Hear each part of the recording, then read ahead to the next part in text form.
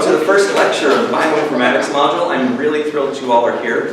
And I know that we're sitting a little tightly in the room, but hopefully the temperature will not escalate much more. And you won't have a huge amount of hot air coming from me. In any case, today we are having the first of 8 lectures on bioinformatics. I know that this field intimidates a lot of people, and hopefully this will be a nice, gentle introduction to the topic. And you will learn where to look up the things that you really want to know when you encounter these in your own data analysis. This lecture will appear online. If you're watching online, the first line of the description tells you where to download the slides. So I hope you'll use that. And with that, I'd like to go ahead with our introduction to the use of computer science concepts in systems biology. I am David Tabb. I'm a professor here. As may be discernible from my accent, I am not from South Africa. I've lived here now for 2 years, and I'm part of the Department of Molecular Biology and Human Genetics. Previously, I worked in colon cancer and microbial soil, microbes in the soil and stuff like that. I've worked in a lot of different things over my career.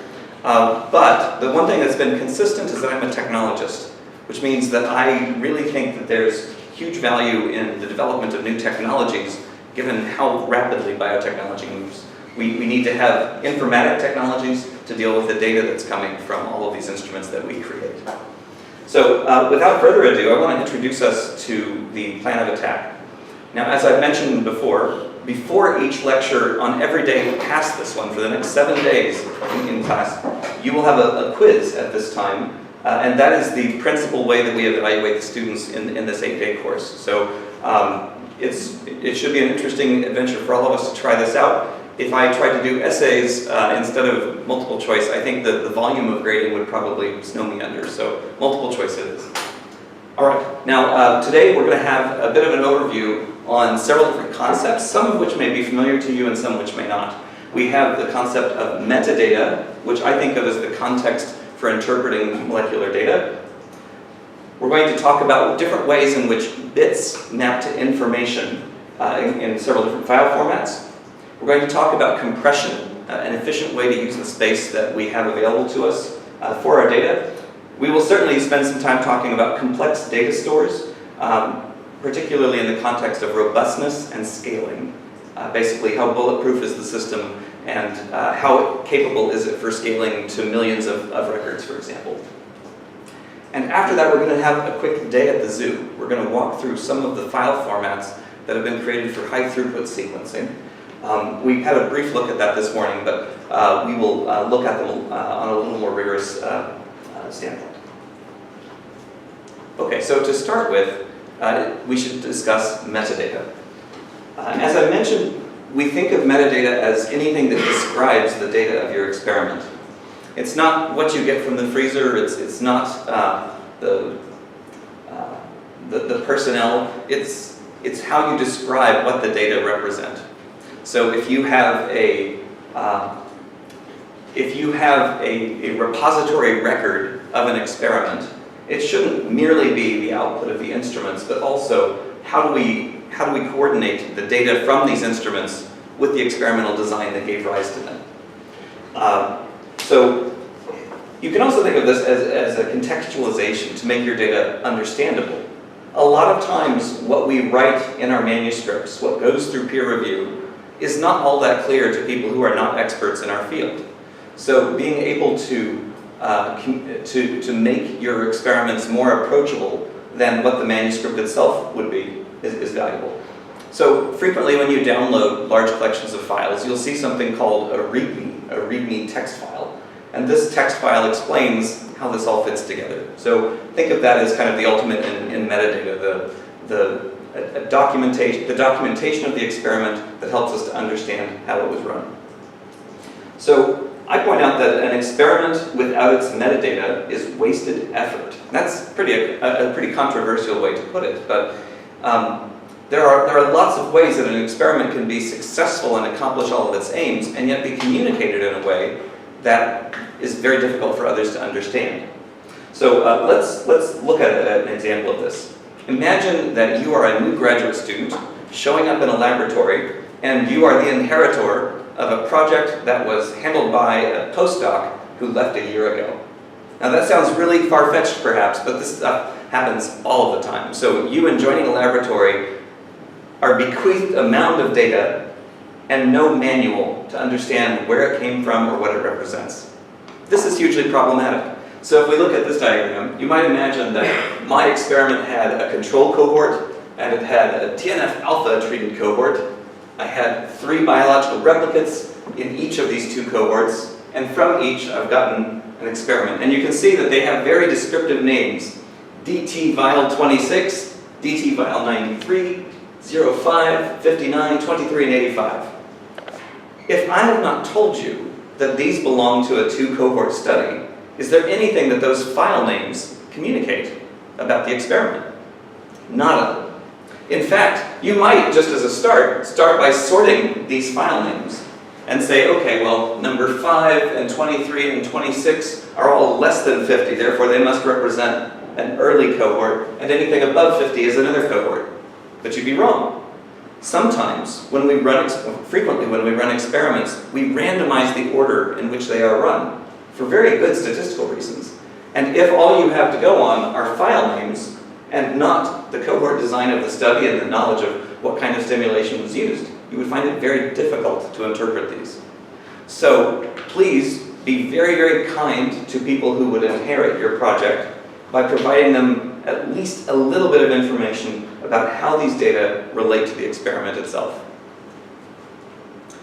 Now, we mentioned EXIF this morning, but I mentioned it sort of in passing. EXIF is a specialized kind of metadata that we see associated principally with JPEG images, but I think it actually applies more broadly than that. So this is an image that I shot on my, my Canon EOS M2. I really enjoy photography, so one day I was nearby and I took this picture. Now, where do you think I was standing when I took this shot? That's obviously Tygerberg Hospital, and that's Tygerberg Hill behind it. That means, that's right, I was across the rail yard. I was over at the University of the Western Cape. They have some really nice balconies in their new life sciences building that overlook this space. So I decided to take a picture of our medical school. But see, the camera was doing a bit of thinking along the way. The camera stored all kinds of information alongside that. It knows the file size. It knows that I'm using a Canon EOS M2. That's right there in the file. It knows what version of the firmware I'm running. It knows where this was shot on March 30th of 2017. It knows that and the time of day. It knows what kind of lens I was using, etc. All of that's there. So this is the kind of information I was talking about that your cell phone captures when you take a photograph. If you also have on GPS functions, if you have location services turned on, that information is probably also being written into that file. And whenever you share that JPEG image on Facebook or whatever, Instagram probably would be a better fit for something like that, that location information is also being shared. So keep in mind that a JPEG is more than just an image. It has attached to it all kinds of information about the conditions under which it was taken. This is one of the reasons why I absolutely never would post a photo taken in my home with my cell phone, because it would store the location of where I live, and I don't like that kind of information to get out there, frankly. Okay, I'll stop getting on and on about that, but we also see that sound files can be annotated in this way. If you're using a voice recorder on your phone, like I did with the lecture this morning, that kind of information might be captured there as well. So we think of metadata as sort of abstractly good, but what counts? What is it that I should include when I am talking about some experiment in literature or just communicating to another researcher? The helpful thing is that there are many communities out there that try to make clear what information should be considered absolutely essential to understanding any experiment. So Miami is one of these standards that we call a minimum information standards. So this is one of the definitions that they provided was minimum information standards are sets of guidelines and formats for reporting data derived by specific high throughput methods. It's not just about sequencers, it's about mass spectrometry and microarrays and all these others as well. Their purpose is to ensure the data generated by these methods can be easily verified, analyzed, and interpreted by the wider scientific community. That seems like a pretty valuable thing. So here you can see that they've got all sorts of different data to relate to how the data were produced and how the data were analyzed downstream.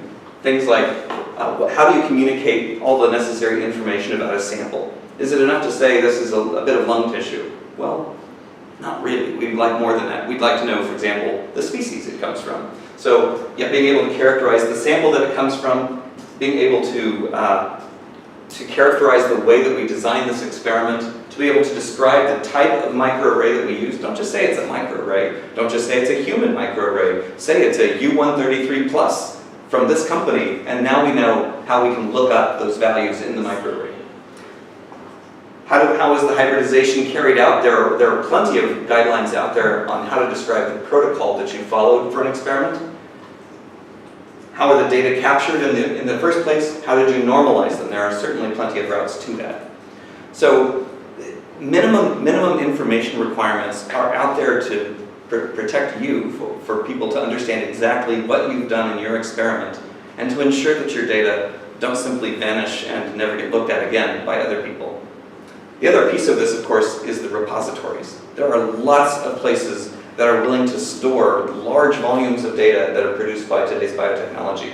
If you're working in the proteomics field, the Proteome Exchange Network is ready to absorb all of your data. If you're working in sequencing, then what we typically call the short read archive is happy to take data. We have lots of options on this score.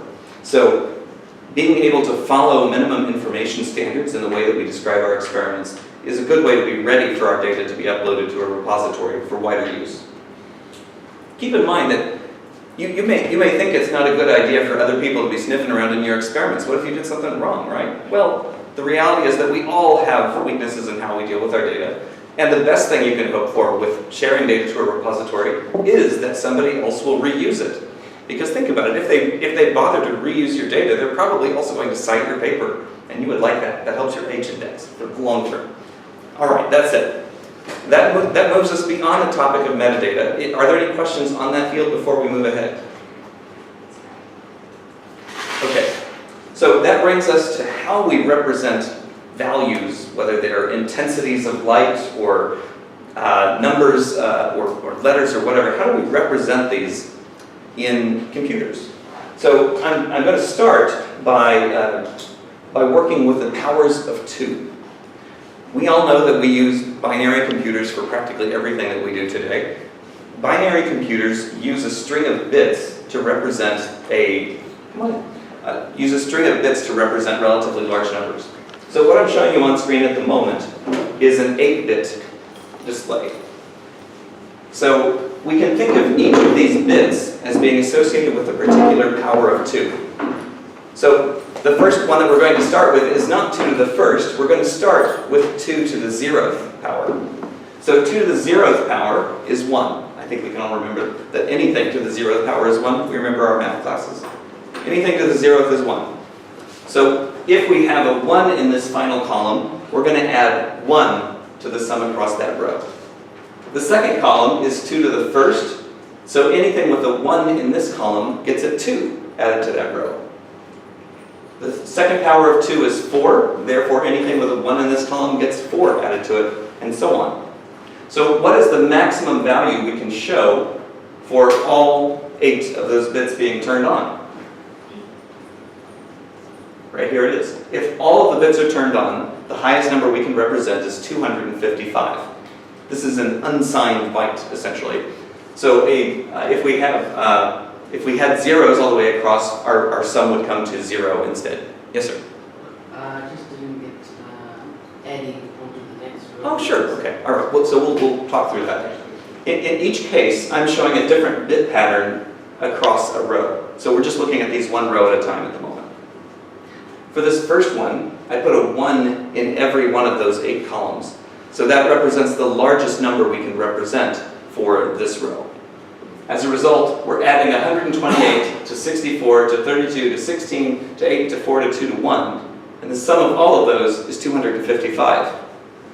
If you want to see a really obscure little math trick, what would the next column be if we had a 9-bit number? What would it be worth? 256, which is 1 more than 255. So if you ever need to know what's 1 less than, what's the maximum number of values that you can store in X bits, you can always just add 1 to it and find out what that value would be and subtract 1. I'm sorry, I love math puzzles, so that excites me. So here we go. We've got 8 bits. Each one is worth twice as much as the one before it. Do we see that? This one is worth 4, but this one is worth 8 because we're moving to the left. When we add them all together, we get 255. So if you were counting out loud in binary, and I realize that sounds kind of strange, you might start with 0, 1, 10, 11, 100, 101, 110, 111. You see how that works? You do not? Okay, that's fine. So let's look at it. Here we have 1, because we don't talk about all the zeros that lead into it. So this one is worth 1. 10 is getting the value of 2 plus 0 equals 2. 11, the value of 2 plus 1 equals 3. 100, 4 plus 0 plus 0 is 4. So when you're counting in binary, every time you increase from all 1s, the next one is going to be a 1 followed by that many zeros. It's a little odd. So when we go from 1 to 10, we're replacing everything to the right with 0 and moving a 1 out into this leftmost space. So counting to 8 in binary is counting 1, 10, 11, 100, 101, 110, 111, and finally 1,000. And that should sort of ring a bell with you because when you look at this column, you see that 2 to the 3rd equals 8. So you only need 1 bit turned on for any power of 2 to express that number. So you can count in decimal because we've got 10 fingers, and that seems to be how our society taught itself numbers. But when we move into binary, you don't have 10 digits anymore, you just have 2. So this is how we express decimal numbers in the space of binary. Now there's another way that we could do this, and I haven't really gone to detail on explaining this one, but it's frequently used in computer science, and that's hexadecimal. Hexadecimal. So this is binary, base 2. If you're counting on your fingers, you're using decimal for 10. And if you're doing a lot of work in computers, you're probably going to encounter hexadecimal, where you use the letters A through F for digits after 9. Isn't that weird? So the number 16 in hexadecimal is F. Weird but true. All right, so we'll encounter some of that. I'm not going to be asking you on the quiz to translate between bases, but you should be aware these things exist so that when you see somebody using 0 through 9 plus A through F, you realize that they're dealing with you in base 16. Okay, grand. So now there are different data types that we frequently encounter in different languages. They each define them somewhat differently, but there's generally some common themes here. We start with a character. Now, I'm using the example of old school characters in computer programming, and I'm going to walk through those in a couple slides, so I'm not going to belabor the point right now. But if we were trying to represent letters in Hindi, for example, we wouldn't be using these characters anymore, and we would not be able to express it in 1 byte. Okay, we would use Unicode instead. But when we talk about characters, we usually mean Latin characters used in a string. So there's a 1 byte format that we can use to express those called ASCII that we'll be talking about in a minute.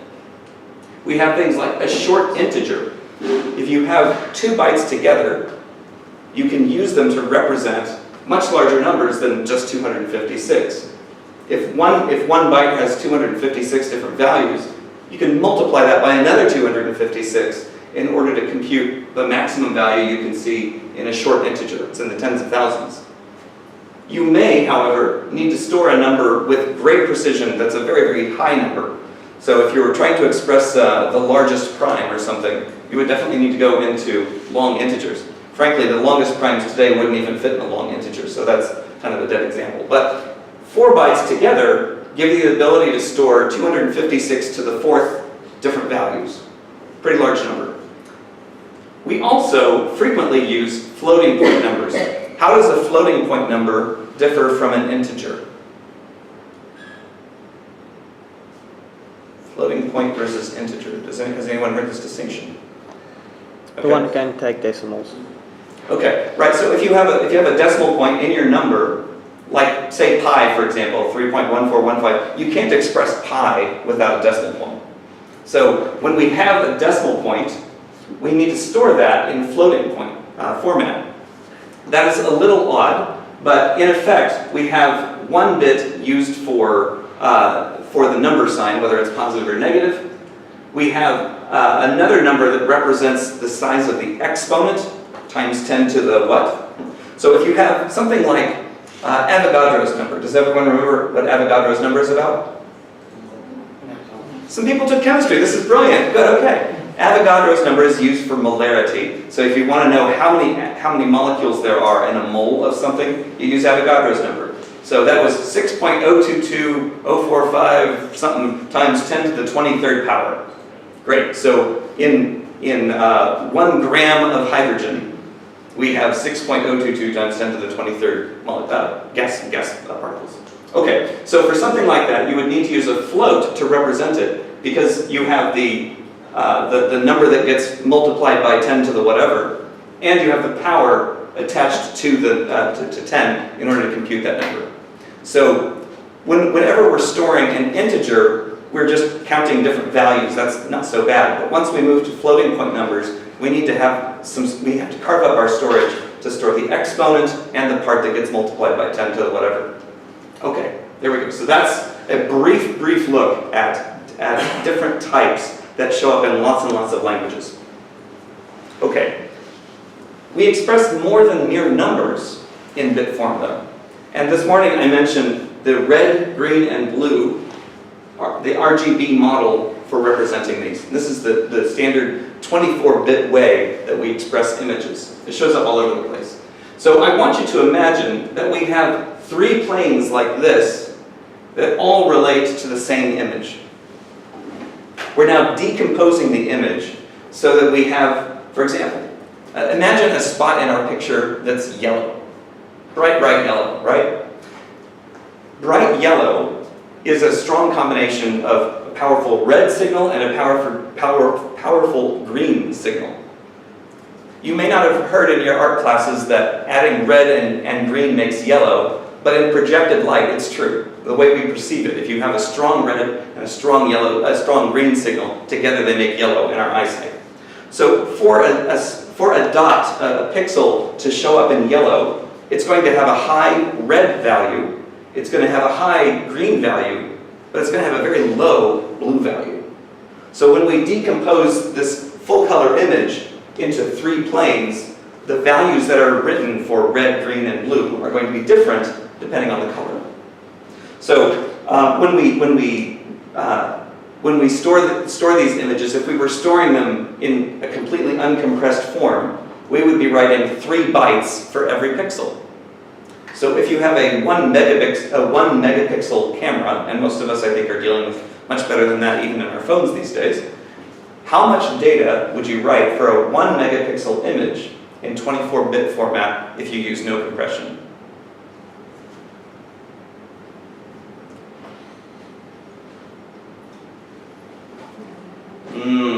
I asked a tough math question, didn't I? All right, so we're writing without compression. How many pixels? I said it was off a 1 megapixel camera, right? So how many pixels is that?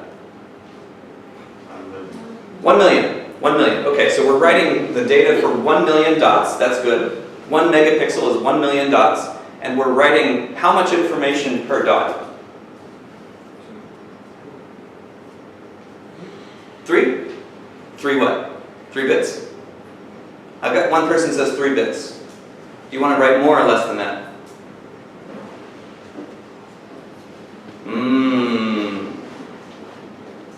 How many bits are we writing per pixel?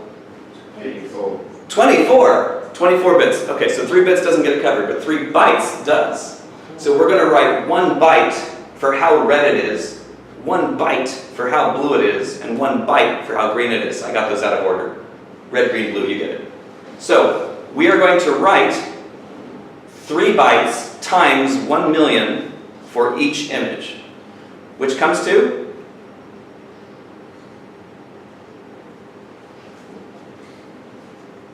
4 3 megabytes. 3 times a million is 3 million. 3 million bytes. So if we were to write an uncompressed image of 1 million pixels in 24-bit color, we would write 3 megabytes for that image. It's big. That's big. Which is one of the reasons why every time we write images, we use some sort of compression. We're going to talk about that compression later on. But let's start then with this concept that one image gets decomposed into a red image, a green image, and a blue image. Every dot within those represents a byte. Okay, let's move ahead. I said we were going to write a byte for each pixel in that image. And a byte is pretty good for most color representation. My camera writes more than that, which might seem a little counterintuitive. You're not required to use bytes, a byte at a time. I mean, you're not required to write 2 bytes rather than 1 byte for a representation. So what does it matter if you do 1-bit representation versus 8-bit representation? So you mentioned a moment ago that we could potentially write 3 bits. You could just say, is red on, is blue on, is green on, or is it off? That's 3 bits of information. If you do that, you end up getting basically black and white values in these channels. So 1-bit representation has a huge amount of contrast, but doesn't have a whole lot of subtlety. Things like areas where you have gray rather than white would not be detectable here. If you go to 2-bit, I'm going to ask you another difficult question. I hope you'll bear with me. If you switch to 2-bit representation, how many different levels of blackness or lightness can you show? 2 bits instead of 1. We said before that we had black and we had white and we had nothing else. But when we shifted to 2 bits, there's obviously some amount of gray that gets added in. So how many different shades of gray do we have? 3 that are visible here, actually. But right here, there's a spot that's a little darker than that. So we have a black, dark gray, light gray, and white. How is it that by doubling the number of bits, we were able to go from 2 colors to 4 colors, or 4 shades? Because every time you add a bit, you double the number of possibilities. So we went from 2 different shades of gray, black and white, to black, white, light gray, dark gray. And when we go to 3 bits, well, it's already starting to look a little bit more like real data, right? Now we have 8 different shades of gray, 16 shades of gray, 32, 64. So as you can see, increasing the number of bits that we record about each point increases our control of brightness on these channels and allows for a lot more flexibility. Having 24 bits to play around with on each pixel means that red, green, and blue are each getting 8 different bits, and those 8 bits allow for 256 different levels of brightness for that color individually. Everyone good with that? Okay, so we know that we want to represent red, green, and blue. We don't want to have just dark or bright. I mean, black and white images are great for art, but generally speaking, we want to have more color in our lives. So having red and green and blue gives us more or less every color that your eye can understand, and you want to have a full byte for each one because you want to have many different shades of brightness that you're able to create. All right, with that, I'm moving ahead. Now, I mentioned that we aren't limited to just talking about binary or decimal. And one of the things that's very useful for us to talk about, because computers so frequently do use bytes or doubles, is to be able to talk about hexadecimal. One of the values of hexadecimal is that you can give numbers like 256 in just two numbers. FF represents 256. So I wanted to walk through this quick little diagram. We start with the value 0, which is reported by 0 in all 3 of these number systems. As we go to, should we go ahead and pull that door shut? I think we're getting a little bit of sound coming in.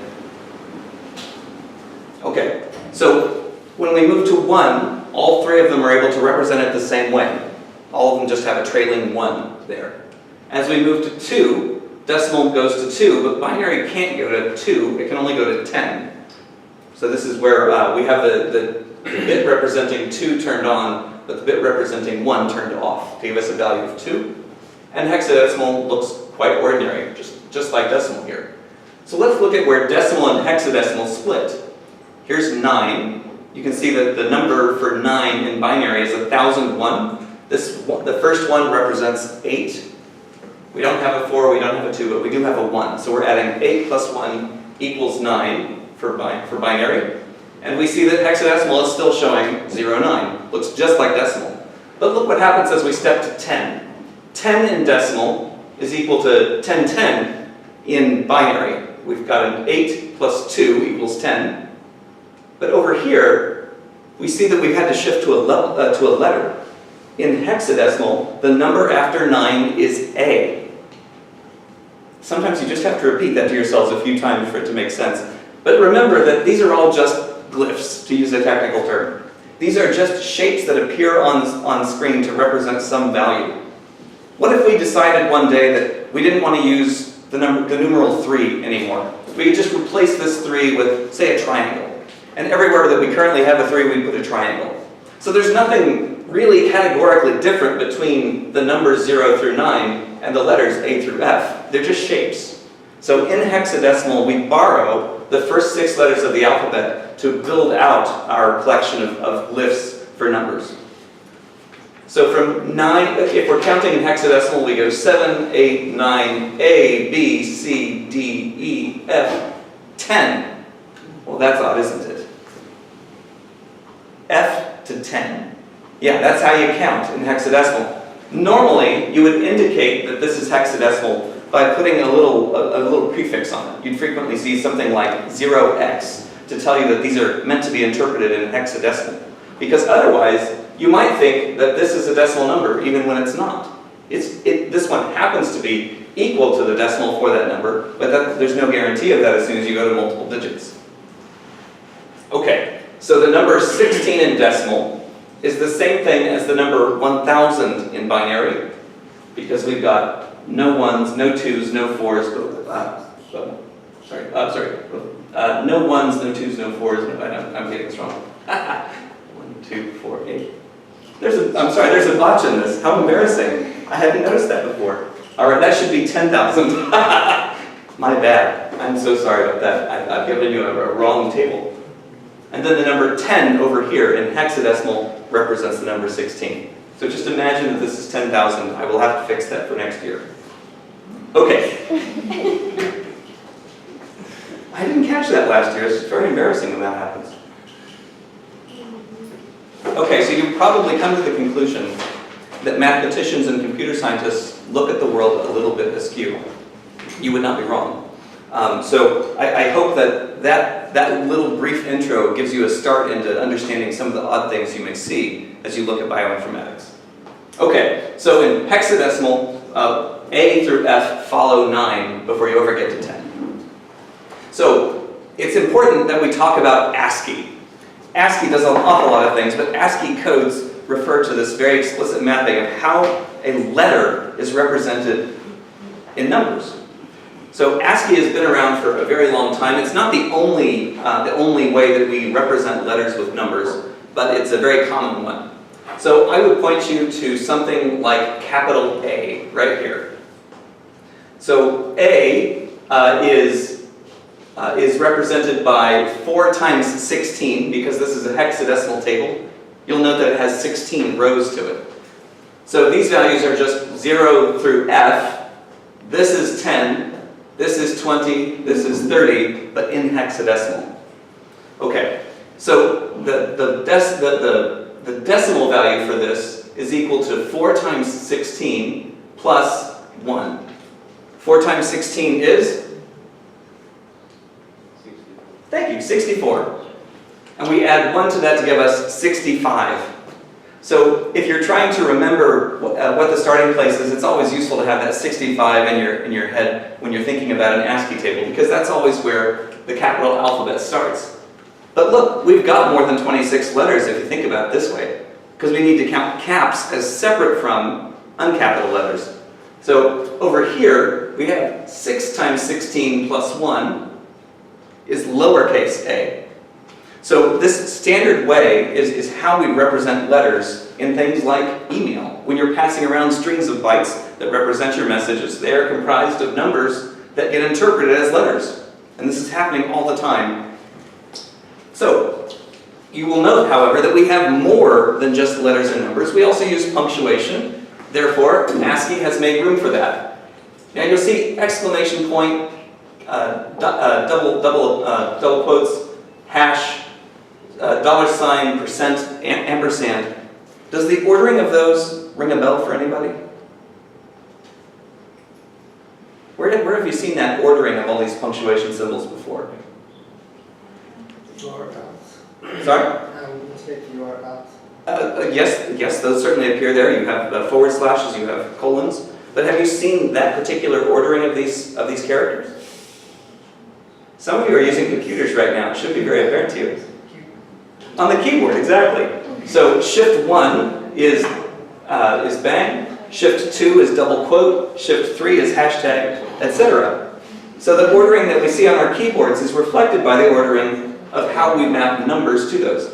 Now what's all this crazy business over here? These are control codes, and this is where things get really squirrely. So I'm not going to talk about a huge number of these. I would point out 32 up here. That's a space. It's very valuable. Sorry, I'm sure that's a different one, but that's fine. That's a different space. I want to point out the hard tab right here and the line feed and carriage return special codes. When we display things on screen, the computer needs to know when to jump to the beginning of the line. And in the old days, they decided that it also needed to know when to move up a line. So think about the old line printers that we used to use. They could do what was called overprinting. So just print a whole bunch of characters, start at the beginning of the line, and just write right on top of what they'd done before. So it wasn't enough to have a go to the beginning of the next line character. They decided to split it into a carriage return and a line feed. The carriage return returns it to the beginning of the line feed scoots it up one line, and then it can start writing the next line of text. So these values have come to be very important in writing software. And you'll frequently see \T used as a tab character. Now, tab sits there right there on your keyboard, and when you're using it in a word processor, you think, oh, well, that's going to indent in some space when I start the next paragraph. So tab can be, is its own ASCII character and can be used to scoot you forward to the next column, so to speak. Meanwhile, line feed and carriage return remain separate on some computer operating systems and together on others. If you use \n, you can usually be assured that the computer is going to start at the beginning of the next line as you print something. It's just kind of an odd little aspect of this. So anytime you see \T, I want you to think scooting over to the right a little bit. Anytime you see \n, I want you to think we're going to the start of the next line. These things appear all the time, so very good to know about them. All right. When you started today, you probably thought, I'm not going to learn how to count in hexadecimal, but you already have. You probably thought I'm not going to be spending my time counting in binary, but you've already been doing some of that. Now we're going to talk about how compression works. You might think that this topic is very, very squarely in the world of computer science and has no relationship to you, but I think you need to know some of these things because they're used all over the place. So we're going to talk about efficient storage in good compression systems. We want to seek the smallest number of bits or bytes to represent original content. We start with this file. We want to be able to mush out all the extraneous information, all the redundant information, and get down to the minimum we need to store in order to be able to recapitulate the original data. So compression is going to give us the smallest number of bits required to do that. Many formats do compression internally. We already saw an example of that. This morning when we looked at a TIFF file, we saw that internally it had already been using LZW compression to squeeze it down. So frequently, when you're working in the space of video, assuredly, when you're working in the space of images, and when you're dealing with music, you're almost always using some sort of high compression. So right now, I just want you to think about these, because these show up all over the place. Zip format is one that we tried to use this morning, using the built-in zip utility of Windows. GZ is one called gzip. It's one very frequently observed on Unix computers. So if you download a file .gz, you should be thinking in the back of your mind, oh, I've seen this. This is one of those compression formats.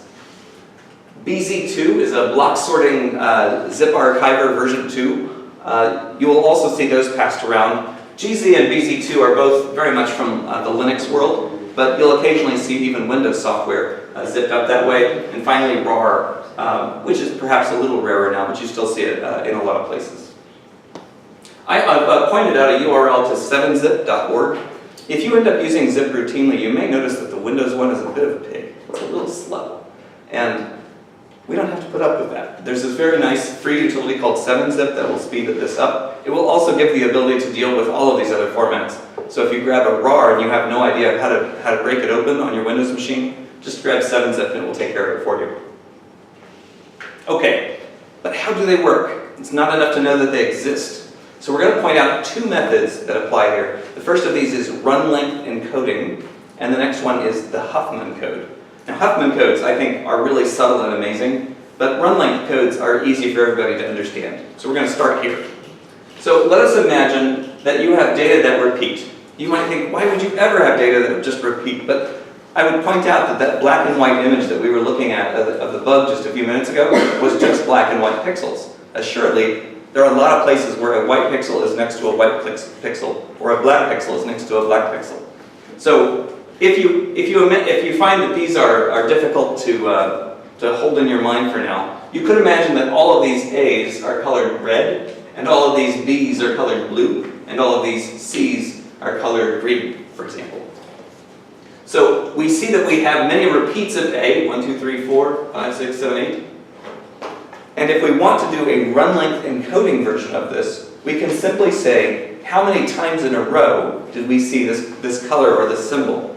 So these 8 values for A, we can write as A8. Everyone sees that? A8. That stands in now for this. 8 bytes that we had stored before have now become 2 bytes that we've stored in our run-length encoding. That's grand. We see that we have 1, 2, 3, 4, 5, 6 B values in a row. We can replace those with the string B6. This B value repeats for a total of 6 times. And C2. Now, I know that C2 didn't work very well for us. Why do I say that? Well, this is a correct encoding of it in run-length encoding. It's the symbol C and it repeats 2 times. But how many bytes did it take to store the original? 1, 2. In run-length encoding, C2 takes 2 bytes just the same. So we have to sort of think about how much do we gain from this. If you don't have an exact repeat, you don't really have any ability to compress them a lot. We had 8 bytes of A's, and down here we had 2 bytes taken up for it in the end. So that was a 4-to-1 compression that we accomplished there. Our B accomplished a 3-to-1 compression because what was 6 symbols became 2. But our C's, there was no benefit whatsoever to compressing that. So that's run-length encoding, or RLE. It is a feature that you see in an awful lot of compressors just because it's very easy to incorporate, very easy to understand. Sorry, sir. Yes, sir? On the, if it was AABBCC, would it be able to? Okay, so code to still stay with the same amount of. okay, so imagine that I had a short repeat, like AB, AB, AB, AB. I could write that as the pattern AB repeating 3 times. But your software has to be able to recognize that. The way that I've shown it here is just to require that individual symbols repeat some number of times. But a more advanced version of this would be able to recognize patterns at different scales that repeated. Certainly that's useful if you're looking at genome data. If you're looking at a Tata box, it's easy to be able to say, oh, that's TA and it repeats 16 times. Yeah. Okay, so that brings us to Huffman codes. Huffman codes are a little harder to get your head wrapped around, but it's actually not that complex. Imagine if you had an LOL key on your phone. Somebody sends you a joke, instead of typing LOL, enter, you hit the LOL key and it just types it for you and includes return. You would have saved 3 keystrokes every time that you had to LOL. That would be pretty grand. So Huffman is looking for those things that we use most frequently and coding for them more compactly than it could otherwise. English text is a great example of this. Does anyone ever watch Wheel of Fortune? Wheel of Fortune? You spin the big wheel, you fill it, you say, I'll take an R, they turn over the R if it appears on the screen. All right, well, this is an example of this frequency in motion because people usually pick letters that are more common over those that are less common. How many people in their first move on the game would ask for Q? Not very many, because Q is not a frequently used letter. So how frequently are letters used? Well, we can look at the Oxford dictionaries and get a distribution of how frequently each letter appears in the English language words. Now this is not weighted based on usage. So the and an and of that are used so frequently should get a disproportionate weight simply because of their frequency and use of words. Here we're just looking at the histogram of all words in the English language. And we see that E, by a long, long throw, wins out over every other letter. We use E all the time. Once you get down into the dirt, though, you see things like X and Z, J and Q. You know, in another 100 years, will these letters even be part of English? Maybe, maybe not. You never know. So this is obviously not a very level distribution. Our language does not use letters with equal frequencies. This is the basis upon which Huffman coding can reduce the amount of space it takes to write a word. Now, I have built what's called a binary tree using a greedy algorithm. Greedy algorithm is something I use pretty frequently. So I'll try to explain that greedy algorithms are not guaranteed to give you a provably correct result, but they are generally good in performance. Okay, so a greedy algorithm is one that can be a little bit sloppy. What I've done is to return to this diagram back here, and I've looked for the 2 symbols that are least used. I had J and Q. So in my greedy algorithm, I'm going to say J and Q are now grouped together. They now function as one letter in my alphabet. Then I will ask what 2 symbols, including the new JQ, because I'm now treating it as one letter, are least commonly used. And I'm going to join those together. I'm going to keep doing this until I've joined everything together. So what does that look like? Well, remember we had J, Q, X, and Z. We saw that we joined J, Q together in our very first step. We joined X, Z together, I think, in the next step. And then we kept building. So having added together JQ and XZ in a new letter that we call JQXZ, we keep going all the way up until we've got all 26 of the letters joined together in one node. Okay, so we built a hierarchy out of all of the letters. We can now use this where individual letters sit within this hierarchy as our guide to how many bits we should use to represent them. Isn't that weird? So let's say then that we want to represent E. I'm gonna arbitrarily call a move in this direction 0 and a move in that direction 1. Okay? So we can represent E as 0, 1, 0. That's it. 3 bits, and we're able to get to the letter E. Now I haven't coded for spaces here. We probably need to add something like that, but at the moment, let's just stick with what we've got. If I want to code for X, how many bits do I need to write down? I need to write down 0, 0, 0, 1, 1, 1, 1, 0. Anyone count how many that was? I did 1, 2, 3, 4, 5, 6, 7, 8. 8 bits. So when we started with this exercise, we had ASCII as our starting point. ASCII. ASCII used how many bits to store each letter? Just 8 bits, actually. Just 1 byte was all we needed to define all of these letters. But now we see that we've gained nothing at all if we happen to be writing a J, a Q, an X, or a Z. They still take 8 bytes, 8 bits rather. So that's kind of inconvenient. But just because the worst case performance is 8 bits does not mean that the typical performance is 8 bits. So we could ask, how many bits does it take to get to each letter, and then use the weighting of how frequently that letter is used in the language to see how much better things have gotten. So in this case, we see that gaining the ability to express E in only 3 bits is going to make it a whole lot more compact whenever we want to write something.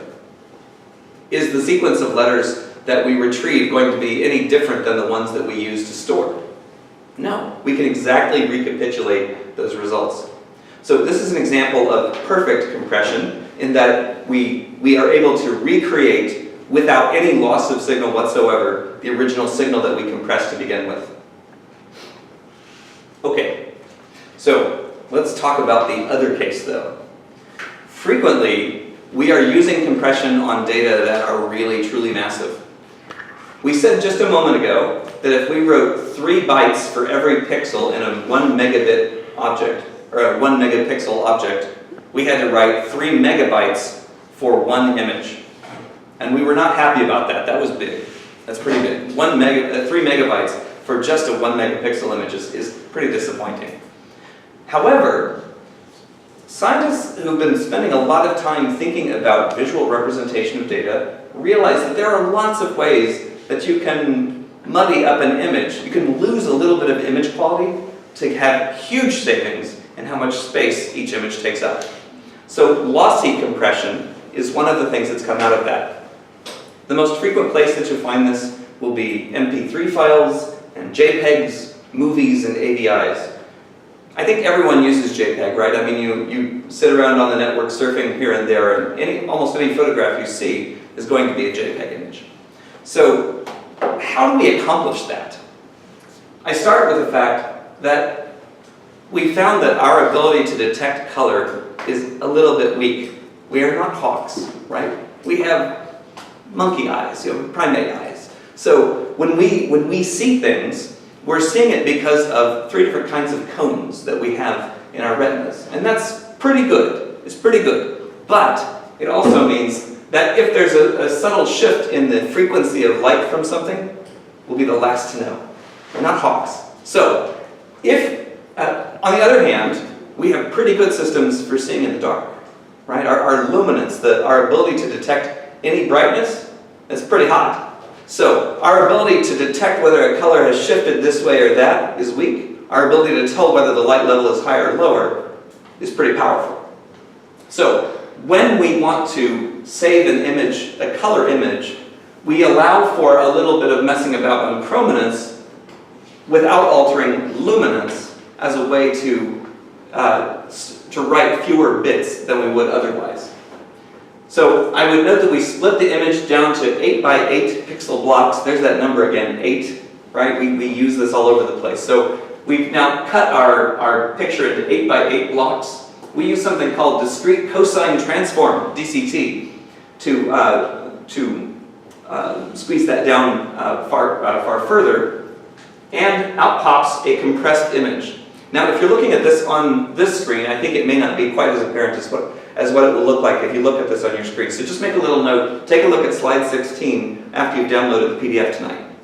All right, so when you look at that, you will see that there's a little blockiness going on here. It's a pretty smooth rendering of the face here, but if you look, for example, along this nice smooth image here, you can see there's a little bit of white artifacting going along there. What looks like a nice smooth plane of cheek has instead sort of a stippled look to it here. This is the kind of thing that can happen when you use lossy compression. Because if you really do maximize the amount that you're willing to punch data out of the image, eventually you end up with something that has a fair amount of blocking, ringing, and mosquitoes, which are all technical terms for the kind of nastiness that occurs when we re-save an image. This is one of the things I try to do in the associated practical with this, but I forgot to do it this morning. So what I would suggest you do in your copious free time is to download some pretty looking image from the network and then write a word on it, say save one, and then save it as a JPEG. Reopen that off the disk and write another line under it that says save two, save it as a JPEG. Reopen that, right underneath that, save three. At each stage, you're knocking more and more data out of this image and forcing more and more artifacts into it.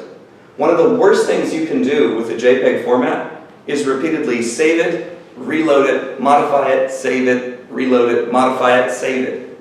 Every time you do that, you're going to lose a generation of quality.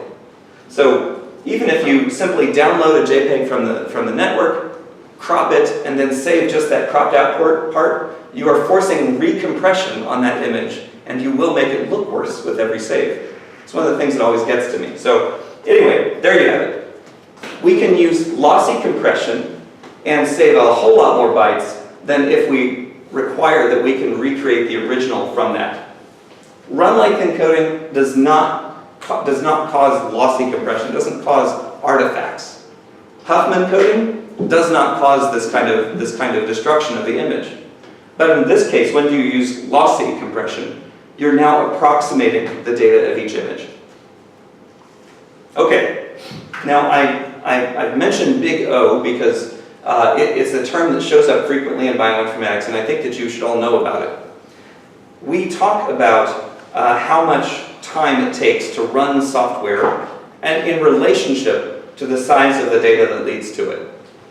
So if I have software that runs in big O of log base 2n, that means that the runtime is going to scale with the log of data size.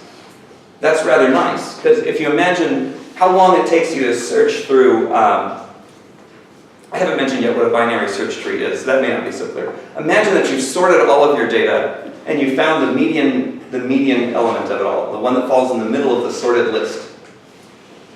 Then you have all the items that fall below that in the list and all the items that fall above that in the list. Each of those you then find the median, and you connect the top median to the median of just this half, and then you take the items that fall above that, find the median of that, and keep on going. This structure, binary search tree, makes it possible for you to find a particular element very, very quickly. Maybe you started with 1,000 numbers, and you wanted to go recovering. You wanted to determine whether or not the number 786 exists in this list. The software knows when it looks at that first item in the list, do I need to go higher or lower? So at a stroke, it has cut down its search space by half. So every stage it moves further down this tree, its search space is half. That's brilliant. So something like this allows you to search enormous numbers of items very, very quickly because of this efficiency. So a log base 2 of n big O score is really good for you. It means that this is going to scale really brilliantly even as you give it huge numbers of items. A big O of n is a little more intuitive. If I were giving you a big box of lottery balls and I asked you, is number 153 on it? You can imagine that that job is much less pleasant if I give you 2 boxes of it. Right? I mean, you can sit there and just look at each one and look at each one and look at each one. A bad algorithm like that, just looking at each one until you happen to hit 153, it takes a long time. On average, you're going to have to, the time required for that job is going to increase every time I give you another ball to search to see if that's a hit. Right? So those scale big O of n. Again, if you could accomplish a big O of n, most computer scientists will say, well, you're doing okay. But let's talk about some bad cases. Big O of mn. Now, people would not generally consider this a terrible thing to do. Imagine that you have a pair of sequences and you want to find the best alignment between them. Big O of mn is a pretty typical kind of time, where m represents the length of one sequence and n represents the length of the other sequence. So this is a challenging job, and it scales with the product of the two lengths. Now, some of these are such terrible jobs that we end up with exponentially bad search times. Now this is kind of the easiest of the exponential search times, 2 to the n. So imagine that I give you the cities of Johannesburg, Pretoria, Durban, and Cape Town, just those. And I ask you, what is the shortest distance you must travel in order to visit every one of those 4 cities? Well, you're probably intuitively going to know you want to do Johannesburg and Pretoria pretty close to each other because they're awfully close compared to all the other distances involved. And the odds are that you're not going to go from Cape Town to Durban and then come back up, because that seems like an awful waste of time. I mean, there's no highway that runs straight from one to the other either. So, but if you give a computer this problem, we frequently find that the amount of time scales with 2 to the number of cities. So if I gave it 4 cities, it can do this in 2 to the 4th or 16 time. If I give it 10 cities, it's got to take 2 to the 10th, which is more like, I think, 1 million, if I'm not mistaken. It's a huge amount of time by comparison. So in computers, in the algorithms we use for bioinformatics, we always want to be cautious of those that have really, really slow execution times that scale badly as we have huge numbers of items to deal with. Sometimes, however, there is no real solution for you but to take the very long and ugly road. So on occasion you will see systems that use polynomial time for their execution anyway. Okay, now it is time to talk about markup languages. I am, however, going to take a moment to drink. Thank you. All right, markup languages. When you see HTML or XML, they end with ML for a very good reason. These are markup languages, and markup languages give us a way to specify, to annotate the text of a document. So if you have a document like this, you're looking at HTML. This is one of the easiest ways to get an exposure to markup languages. I start by specifying a tag that encloses the whole file. The HTML tag starts up here and it ends down here, so it covers the totality of the file. This is a standard markup to allow the entirety of the file to be wrapped up as one HTML. Inside that, I have a head object, and also inside that, I have a body object. I'm going to supply some information in the head element. This is a title piece. This title tag, in turn, is used to populate what appears in the title bar of your browser when you're visiting this page. So our web browsers know how to render this information. It doesn't appear in the browser window itself. It appears on the title bar of the thing. Down below that, I have a header tag. I just thought I'd put my name in lights. You know, if I'm being really obnoxious, I can add a blink tag to it, and then it's like, Gabe is awesome. That would be terrible, actually. And then down here, I've got a paragraph tag. Down here, I'm using an italics tag.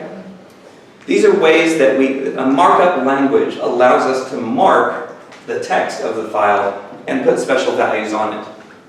So when we look at extensible markup language, XML, we're seeing that there's no free text, really. I mean, all the values in here are embedded in little tags.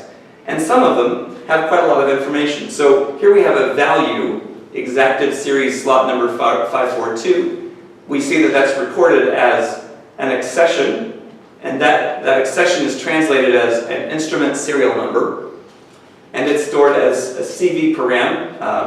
A CV is a controlled vocabulary, so it gives us the ability to label what each little piece of information represents.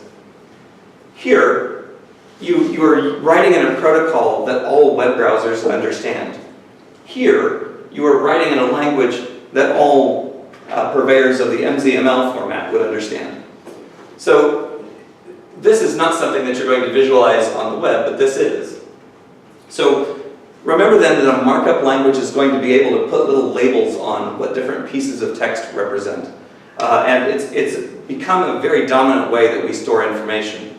There are methods for this in flow cytometry and in genetics and in proteomics for that matter. So you'll run into XML objects everywhere. Frequently they will have XML extensions, but sometimes those extensions will actually represent what subformula or what subtype of XML that represents. All right, this brings us to relational database management systems. RDMSs, relational databases, are older than I am. They were spelled out in 1970 by a researcher named E.F. Codd, and they largely represent a way to interrelate different tables of information.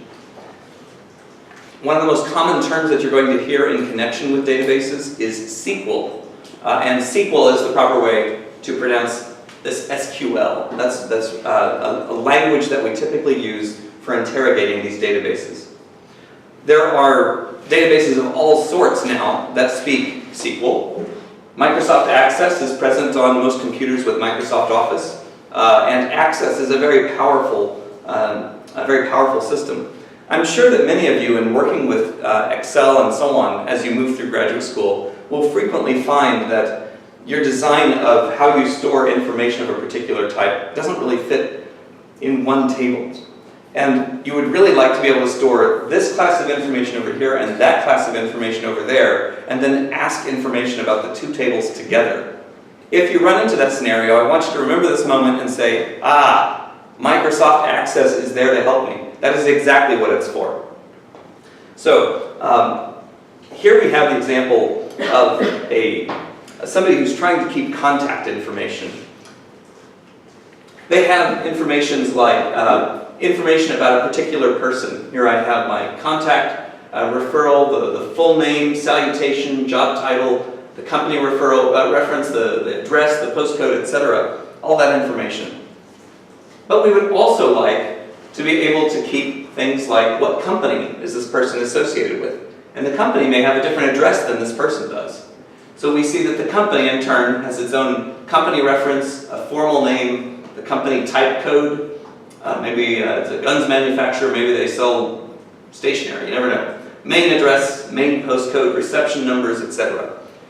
We have these different kinds of information we'd like to track about our people in our database, and we can keep it all tied together in this way. Now you'll see some relationships here. So you see this line drawn from company reference right here in companies to company references in contacts. So we see that the same field is appearing in both tables, and it's got this edge drawn between them. But it's got this infinity on one side and a 1 on the other. So on the other end, that is called a one-to-many relationship. So why would you have a one-to-many relationship here? One company and Sorry? one company and all people employed. Right, exactly. You may have many people who are all employed by the same company. And so having the ability, for example, to retrieve all of the people associated with one company is one of these things that we can do that merge together information from both tables. So by themselves, these are effectively spreadsheets, right? But because of these relationships among them, we have a relational database system. We also have key fields that have been indicated in several places. These are typically used to keep that table indexed, and anything that's indexed can give you a very rapid retrieval mechanism for that table. So I'm not going to go hugely into this at the moment, but I want you to keep in mind that if you're doing something as complex as trying to write a patient repository, doing that in Excel is a bad idea. Doing that in a proper database is a very good idea. All right. So there are several different complexities to talking with the database that I want to try to walk you through. We start with this first one. I pointed out those keys on the tables a moment ago. Those are indexes. They're a lookup table with a unique value for each record that enables rapid retrieval. So what is a record now? If we're accustomed to thinking of these individual boxes as different spreadsheets, I want you to think of each of these as a column in that spreadsheet. And a record is what we call a row in a database system. So every time we add another contact, we're adding another row that has all of these columns populated for it. Okay, so the index is going to give us rapid retrieval of records of rows from those tables that qualify for a certain set of criteria. We have inner joins. So imagine that you have our companies and our personnel tables, and we want to relate one to the other. We can perform an inner join where this company ID is the same in both cases, and that inner join may comprise a larger set of information that we can use to ask a particular question. And asking a particular question is what queries are all about. So having created a join, we want to select out fields of data from a body of data, whether it's just one table or multiples, to grab out that pile of information. So imagine that we start with our customers table. We also have an orders table. Both of them feature a customer ID column. So we can create a join that links these two together. And then from that, grab out the ID, the name, the amount, and the date from the customers that have entries in both sides. So what I've shown you is SQL code that executes this function. Do you have to speak SQL in order to run a query on a database? Definitely not. Most of the databases that you work with that are already in existence have many canned queries created for you already. You use databases all the time. Every time you're poking into Take-A-Lot trying to see if your DVD of Babylon 5 is available, that's going to go digging through a database to try to find a hit on this particular search term. So you're interacting with databases every day. You too can create them as well. In fact, you can create your own novel queries against databases without speaking any SQL whatsoever, because there are things like query designers, little wizards that are available with Microsoft Access that will do all the dirty work for you. So always realize that if you've got a complex sort of data structure that you need to be able to handle these joins and retrievals from, a database is your best friend. Now, I'll just tell you, I wrote a quiz question about this one. Normalization is a pretty complex topic. I've tried in this case to show the kinds of rationales that draw this. Imagine that you had created our database just a couple slides ago, where you had listed the company name with each contact all tied together. But then one of the employees changed the company that he or she was working with. Now you've got to replace all that information about the company association for that person. That's frustrating. So one of the things that might have made you realize that you needed to split apart customers and companies was when you have to update a record and realize you don't have all the information you want. This person no longer works for this company, so I need to remove that linkage. So let's look at a badly designed database for a minute. It's a badly designed database because it's one table. Imagine that I am a registrar at a local university. I have ID numbers for each student in my class, and each person gets a name written here. Oh, I'm a very sexist person. Look at this. I put all men. I'm so sorry. And they all start with A except for Stuart. Terrible. All right, let's just imagine that this is actually Sonia. Is that okay? Will people feel better about that? I will. Okay. We have men and women in our table. I have some sort of address information about where they live. Don't sneer at Belleville, by the way. I just ate at the Ethiopian restaurant there. Oh, my stomach was so happy. That's good stuff. Belleville's a cool place. All right, so we have all these different places. We have all these different names. We have all these different subjects. All of this commingled in one table to make one terrible, terrible database. So let us imagine. Well, let's look at the first scenario. What's weird about the name column? What's that? It's not ordered. Okay, so let's imagine I click this field and now everything is sorted. What's the first thing you notice after sorting? the IDs will change, that's true. But in this case, the problem is that Adam shows up twice. Now, why does Adam show up twice? Both times we see he lives in Durbanville, and he's doing biology and physics. It's one person who now has 2 rows created for him. So this is already a squirrely situation. So I want you to think about that example as we look through 3 things that could go wrong here. First off, an update anomaly. So if Adam were also to take on statistics class. Statistics, everyone needs more statistics in their life, right? So if Adam adds statistics, I now need to add another ID for Adam. I still need to record that he works in, that he lives in Durbanville, and now I'm going to add statistics. All right, so that's kind of a mess.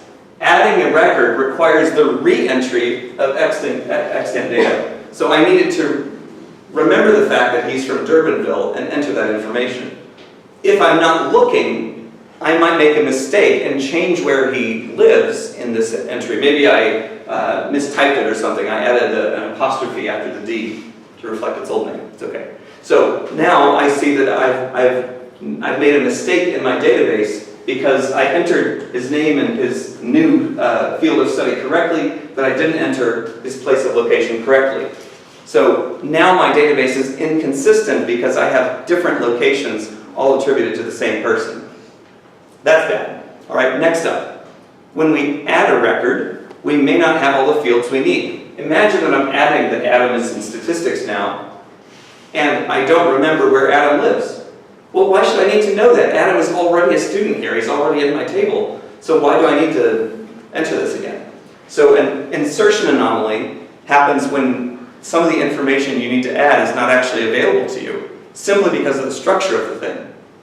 It should be enough to know that Adam is already a student here and has location information on file. Keeping it all in one table doesn't allow me that kind of flexibility to say, no, we already have this information. Finally, a deletion anomaly. When we remove a record, we lose more data than intended. Did we say that this was Sylvia? What did I say here? Sonia. Okay, so Sonia. Let us say Sonia decides to withdraw from maths class. Now Sonia's going to remain a student at our school. She's just switching from maths to something harder. So here we see then that in doing a deletion of this record, we lose track of the fact that Sonia, not Stuart, lives in Cape Town. So we've lost information just because we're in the middle of having deleted one row for Sonia and adding a new one back. So these are things that help cue us that normalization is required to make this data structure much more flexible. Okay? Great. I'm going to move forward. Now, from the rest of this, we're really going to shift to a rather different field. We're going to be looking at a quick preview of all of the stuff that's coming up over the next 7 lectures after this one. This is a bit of a mess when you look at it from the start. How do all the different topics in bioinformatics connect together? There's an awful lot to this, and I'm going to try to give you my 2 cents on why we do it this way.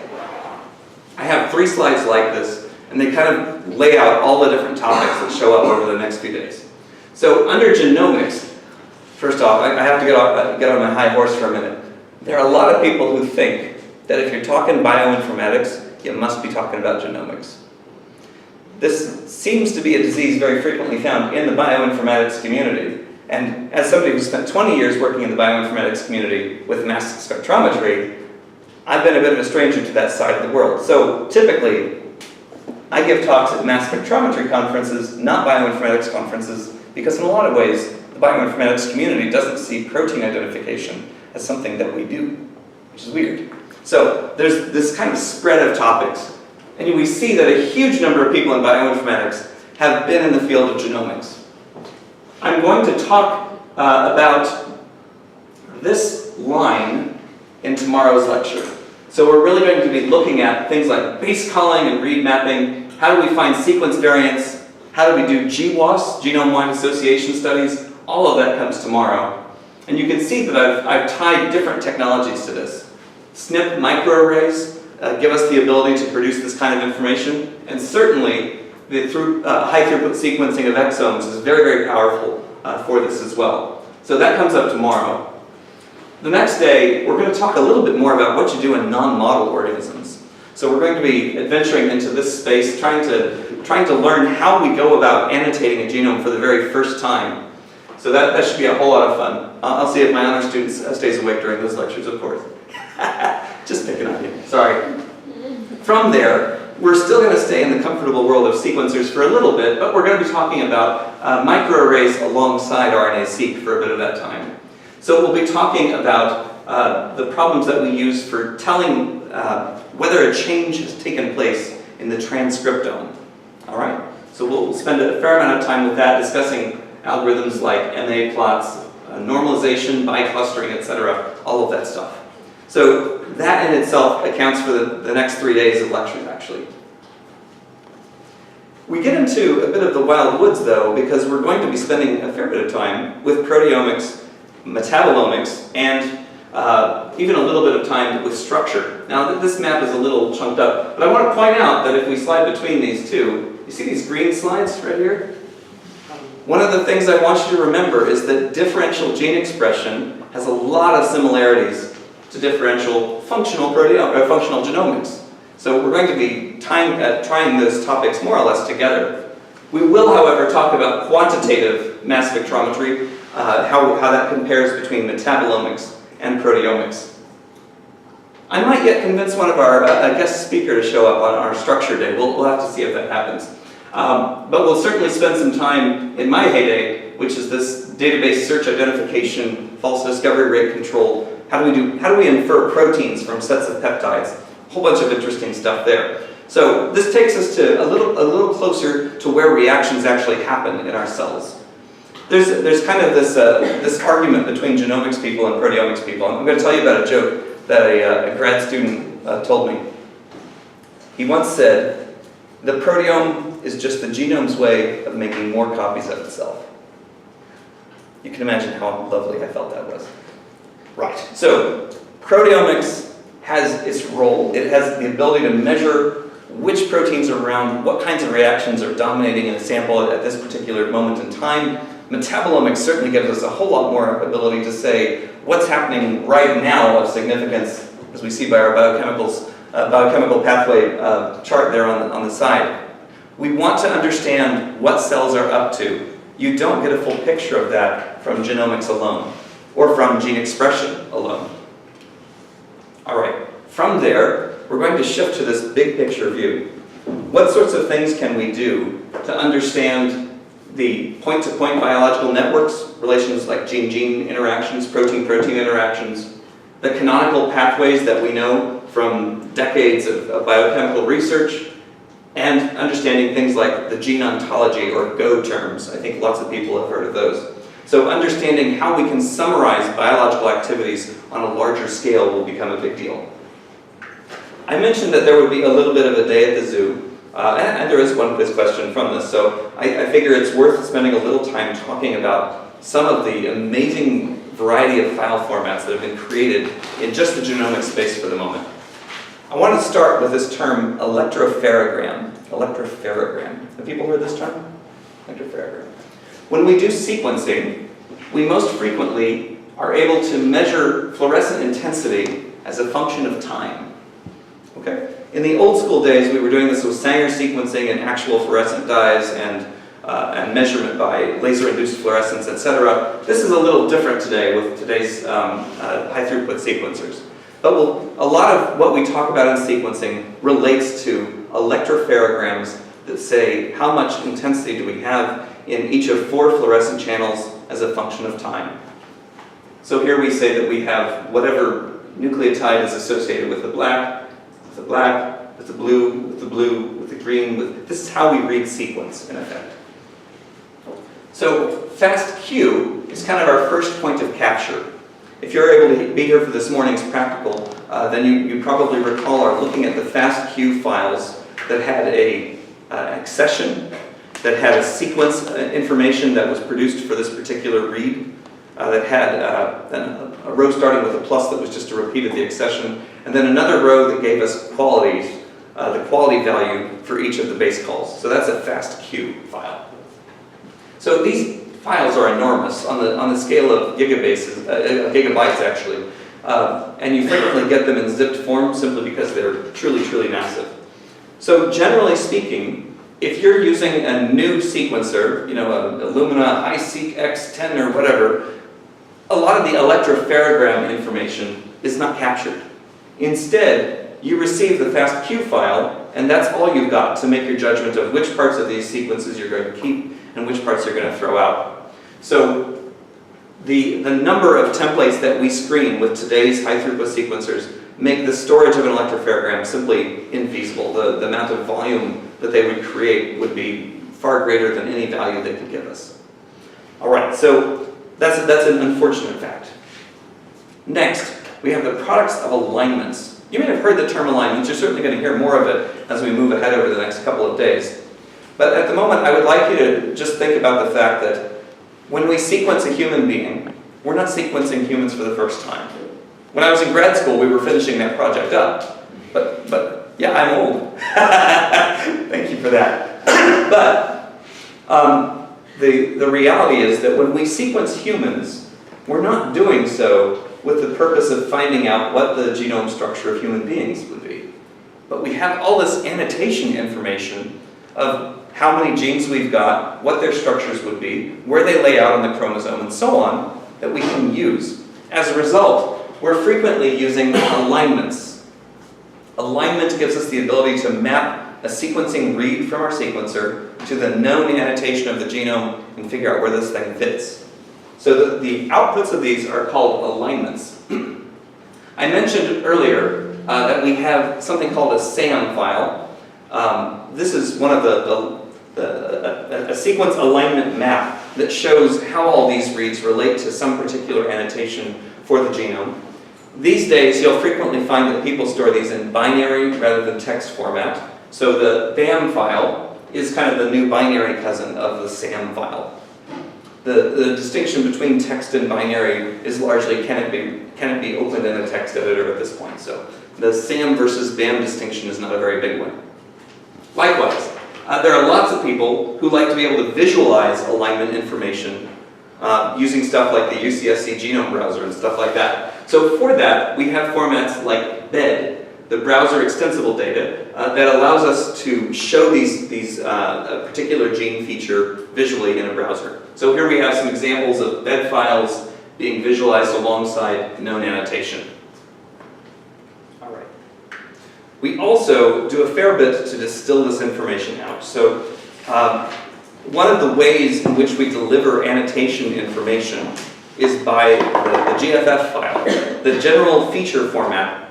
GFF is maybe a rather complex format to deal with. I don't think that we'll be looking at these head on, but it's one of the ways that we can provide the coordinates at which this this intron-exon boundary appears. So that kind of information is quite necessary when you're communicating gene models between software tools. This morning, we looked at VCF files. Does everyone remember those? That's a variant call format. These are used for marking places where the sequence of a particular sample differs from what the reference genome would suggest should be there. If you believe there should be a G at this location and instead you see an A, that's something that you would probably put in a variant call format. And as we saw with SAM and BAM, we also have the BCF rather than the VCF. You can sort of imagine lisping it slightly and it sounds just the same as the VCF. So here we have our binary file for a variant call format. It allows us to show what are the mutations present in this particular sample as opposed to what we thought should be here. So I realize that's basically an alphabet soup, but all of these file types are really important and they show up all over the place. In reading some of the literature you're going to run into, people will be mentioning BAM files, people will be mentioning VCFs, and it really does help you to know what they mean. So I'm glad you got the chance to see a VCF this morning, and here we're revisiting it now. All right, that brings me to the final slide, the closing thoughts. So, systems biology is entirely dependent upon bioinformatics, and bioinformatics tends to be integrated into every step of what we do. As a result, much as bioinformatics tends to scare people, we still have to know something about it. So I'm here to be your friendly guide into that particular bit of hell. I hope that along the way, you'll find that it's interesting and that the choices that people have made in coming up with a particular solution are actually arguable and sometimes not the best way we should have gone to begin with. I want you to have that kind of conversance with what we do in bioinformatics so that you can understand better how you can benefit from it. I also want to point out, even though I'm the guy who's teaching this stuff in the honors class, I'm hardly the only person here who does bioinformatics. Just within our division, within molecular biology and human genetics, we have 3 professors who are all part of SATBI. That's the South African Tuberculosis Bioinformatics Initiative.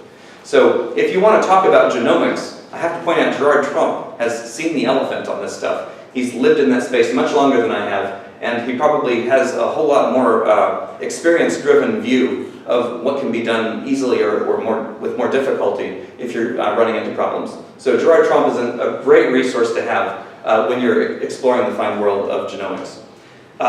Certainly, if you're looking into how to organize data on a very large scale, I would really suggest you have a nice chat with Ian van der Spee, who is one of our experts in coordinating all the information from clinical trials, etc. He, among other things, is our keeper of the red cap to be sure that we've set up databases for people who are creating new studies that are going to capture large amounts of information. And just because we happen to be in molecular biology and human genetics does not mean we're not allowed to talk to people in medical physiology. So by all means, if we can help you as well, we're glad to do so. Okay, and you can tell them that I volunteered them for that. So we use bioinformatics in pre-processing. We use it for follow-on summarization, for representing the way that representing the established knowledge that we have, and certainly for visualizing. Bioinformatics is involved in all of these.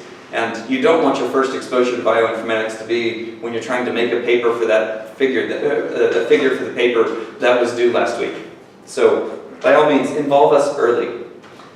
Next, bioinformatics draws upon diverse computer science fundamentals to accomplish its aims.